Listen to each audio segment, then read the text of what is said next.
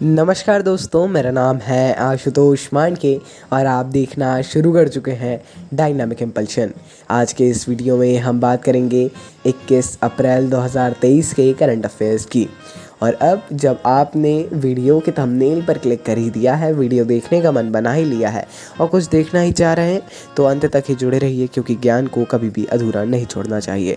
एक अत्यंत विशेष बात, आज है सिविल सर्विस डे। आप सभी लोग जानते हैं सिविल सर्विस डे प्रत्येक वर्ष 21 अप्रैल को मनाया जाता है और आपको इसकी बहुत बहुत शुभकामनाएं।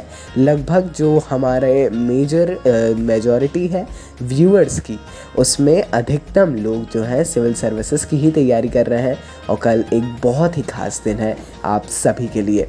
हर एक जो हमारे सिविल सर्वेंट्स हैं उनके लिए भी और जो एस्पिरेंट्स हैं उनके लिए भी। तो चलिए इसी खास बात के साथ शुरू करते हैं आज के इस वीडियो को। सबसे पहली जानकारी, चुनाव आयोग अर्थात इलेक्शन कमीशन ने कर्नाटक विधानसभा चुनाव में पहली बार वोट फ्रॉम होम का विकल्प पेश किया है। हाल ही में चुनाव आयोग, ईसी मतलब इलेक्शन कमीशन, आप लोग जानते हैं। आप सभी को ये भी पता होगा कि कर्नाटक विधानसभा चुनाव जल्द ही मतलब कुछ ही समय में होने वाले हैं और अब पहली बार वोट फ्रॉम होम का विकल्प आने वाला है। पूरे भारत में पहली बार इलेक्शन कमीशन के द्वारा ये विकल्प लाया जा रहा है। ये विकल्प एक्चुअली 80 वर्ष से जो अधिक आयु के वरिष्ठ नागरिक हैं, जो बूथ तक आने में असमर्थ हैं और जो विकलांग लोग हैं, उनके लिए उपलब्ध करवाया जाएगा। अच्छी बात है और अलग अलग इसमें ओपिनियंस आ रहे हैं ना, और आपका क्या ओपिनियन है आप भी कमेंट में बता सकते हैं। आगे बढ़ते हैं। पुणे को महाराष्ट्र का सबसे बड़ा इंटरनेशनल स्कूल मिलने की तैयारी है। हाल ही में ऐसी एक घोषणा की गई है कि पुणे को महाराष्ट्र का सबसे बड़ा इंटरनेशनल स्कूल मिलने जा रहा है।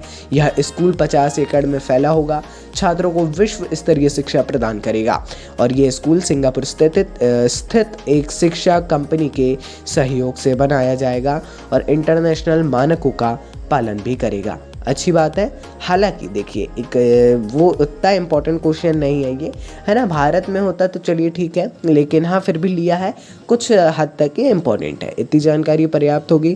थोड़ा सा अगर और इसके बारे में देखना चाहें तो थोड़ा सा और देख सकते हैं, बाकी उतना ज़्यादा इम्पोर्टेंट नहीं है ना। चलिए अगली जानकारी को देखते हैं, आइए बढ़ते हैं आगे। असम सरकार ने कामाख्या मंदिर में काशी विश्वनाथ जैसा कॉरिडोर बनाने की योजना बनाई है। इसकी घोषणा हाल ही में की गई है। आपने काशी विश्वनाथ कॉरिडोर के बारे में देखा होगा, सुना होगा, पढ़ा होगा, है ना। फ़ोटोज़ वगैरह में तो देखा ही होगा।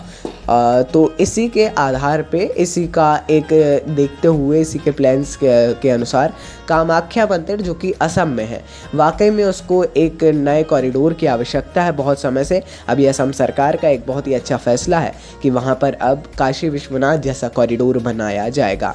इस परियोजना का उद्देश्य है मंदिर के आसपास के बुनियादी ढांचे में सुधार करना और भक्तों के लिए अधिक सुलभ बनाना। वाकई में कामाख्या मंदिर में ऐसा होना चाहिए, जैसा हमने बताया, बहुत ही इम्पोर्टेंट है। आगे बढ़ते हैं। महाराष्ट्र ने गैर राज्य संबद्धता में मराठी विषय के लिए ग्रेड अनिवार्य किया है। महाराष्ट्र सरकार को मराठी विषय के लिए ग्रेड देने के लिए गैर राज्य संबद्ध स्कूलों की आवश्यकता है। निर्णय का उद्देश्य राज्य में मराठी भाषा और संस्कृति को बढ़ावा देना है। अच्छी बात है।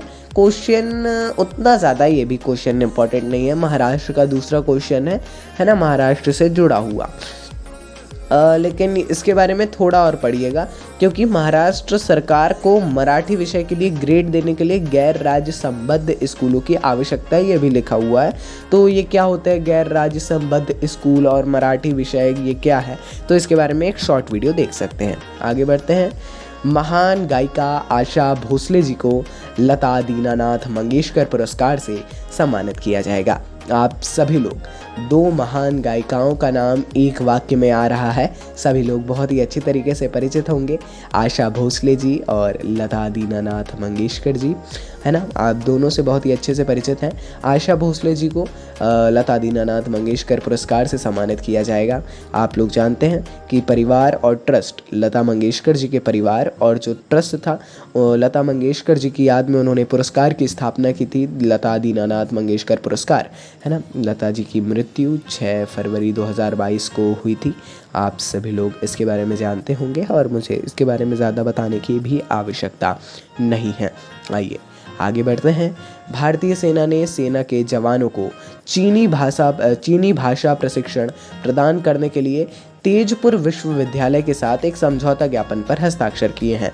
इस कदम का उद्देश्य भारत चीन सीमा पर सेना की संचार और परिचालन क्षमताओं में सुधार करना है और भी बहुत कुछ है। देखिए कोई भी देश चीन अधिकतर चीनी भाषा में ही जो भी होता है वो सारी बातें वगैरह और ऑफिशियल भी करता है ना। अब इससे खास बात ये है कि चीन को इससे काफ़ी फ़ायदा होता है। आम लोग जो भारत के हैं समझ नहीं पाते, लेकिन इससे बचने के लिए अब भारतीय सेना ने तेजपुर विश्वविद्यालय के साथ समझौता किया है, जिससे अब सेना के जवानों को चीनी भाषा प्रशिक्षण भी प्रदान किया जाएगा, जिससे जो कठिनाई अभी आ रही है वो आगे देखने को ना मिले। अच्छा फैसला है, इम्पोर्टेंट भी। आगे बढ़ते हैं। जोधपुर बाजरा की विविधता दिखाने और टिकाऊ कृषि को बढ़ावा देने के लिए 2 दिवसीय बाजरा महोत्सव की मेज़बानी कर रहा है। इस कार्यक्रम में बाजरा के पोषण, पर्यावरण और आर्थिक लाभों पर प्रकाश डालने वाली प्रदर्शनियां, सेमिनार और सांस्कृतिक कार्यक्रम होंगे। देखिए जो जोधपुर बाजरा विविधता है, जोधपुर का बाजरा बहुत फेमस है। सीधी बात अगर करें तो इसकी टिकाऊ कृषि को बढ़ावा देने के लिए 2 दिवसीय बाजरा महोत्सव की मेज़बानी जोधपुर में ही की जा रही है ना। बाकी और हमने आपको बता दिया। तो चलिए दोस्तों, ये थी आज के इस वीडियो की अंतिम जानकारी। आपको कुछ भी कन्फ्यूज़न लगे किसी भी टॉपिक से रिलेटेड, किसी भी अन्य चीज़ वीडियो में हो या ना हो, किसी भी चीज़ से रिलेटेड आप डाउट वगैरह किसी भी चीज़ का हो पूछ सकते हैं, हम सदैव उपलब्ध हैं। बाकी अपन मिलते हैं अगले वीडियो में ऐसी ही नई प्रकार की जानकारियों के साथ। नमस्कार, डायनामिक इम्पल्शन।